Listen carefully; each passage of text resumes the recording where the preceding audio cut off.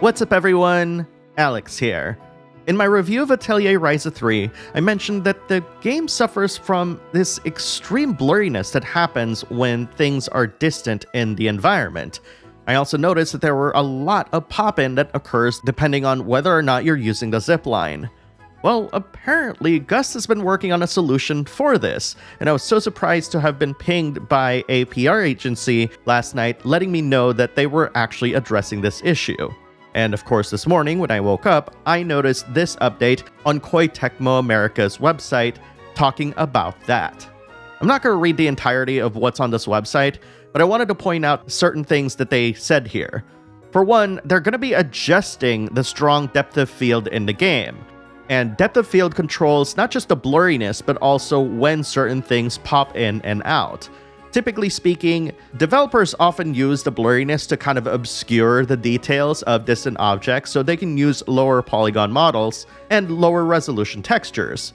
But what's really interesting about this is that they're actually going to apply this across the board on PS5, PS4, Switch, and Steam. Initially, I thought that they were doing this so that the Switch version actually runs better, but it seems like they want to address it on that platform as well.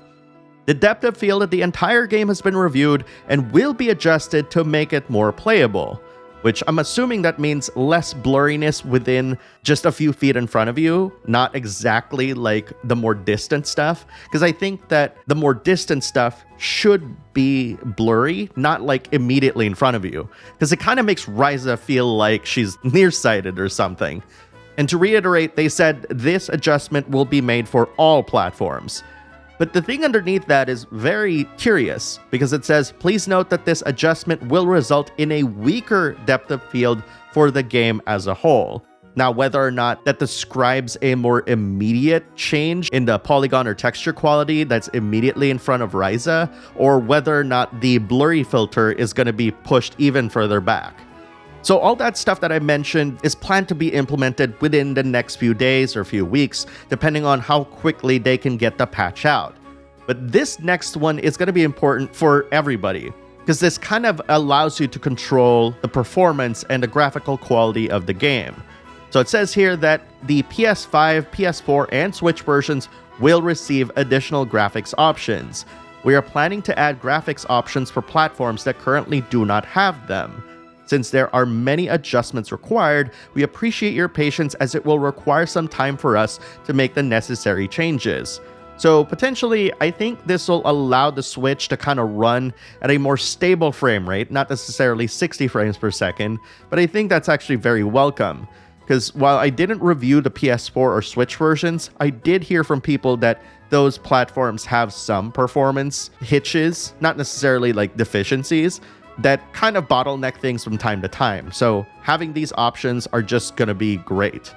Now for PC users, I'm really happy to announce this because we've all played on PC. We want all those options, right? And this was a very common question that I had in the review, which is an expanded depth of field setting in the graphics.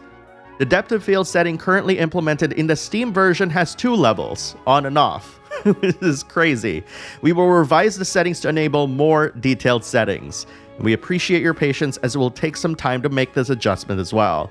Because both the PC changes and all the console changes are going to require them to actually go back into the engine to try to figure out like how aggressive or how not aggressive the depth of field needs to be, as well as other kind of factors that may affect gameplay. Like, you don't want NPCs of characters to just disappear when they're like 2 feet in front of you, as an example. Or look even worse and not have like a higher resolution model / texture that's being displayed when you're immediately like right next to them. So this is going to take some additional testing. Before anything else, I just want to say that this is why I feel like valid critiques such as these is truly important to voice, because this lets the developer know that we're noticing things, right, in their games, and we just want a better experience for everybody. And that's one of the reasons why I love making these reviews. Overall, I'm actually really pleased with Gust because even in the comment section of my review of Atelier Ryza 3, I was not sure if they were going to act on all of this, and I'm just so happy to find out that they've seen what we've said in our reviews and they acknowledge it and that they're going to do something about it.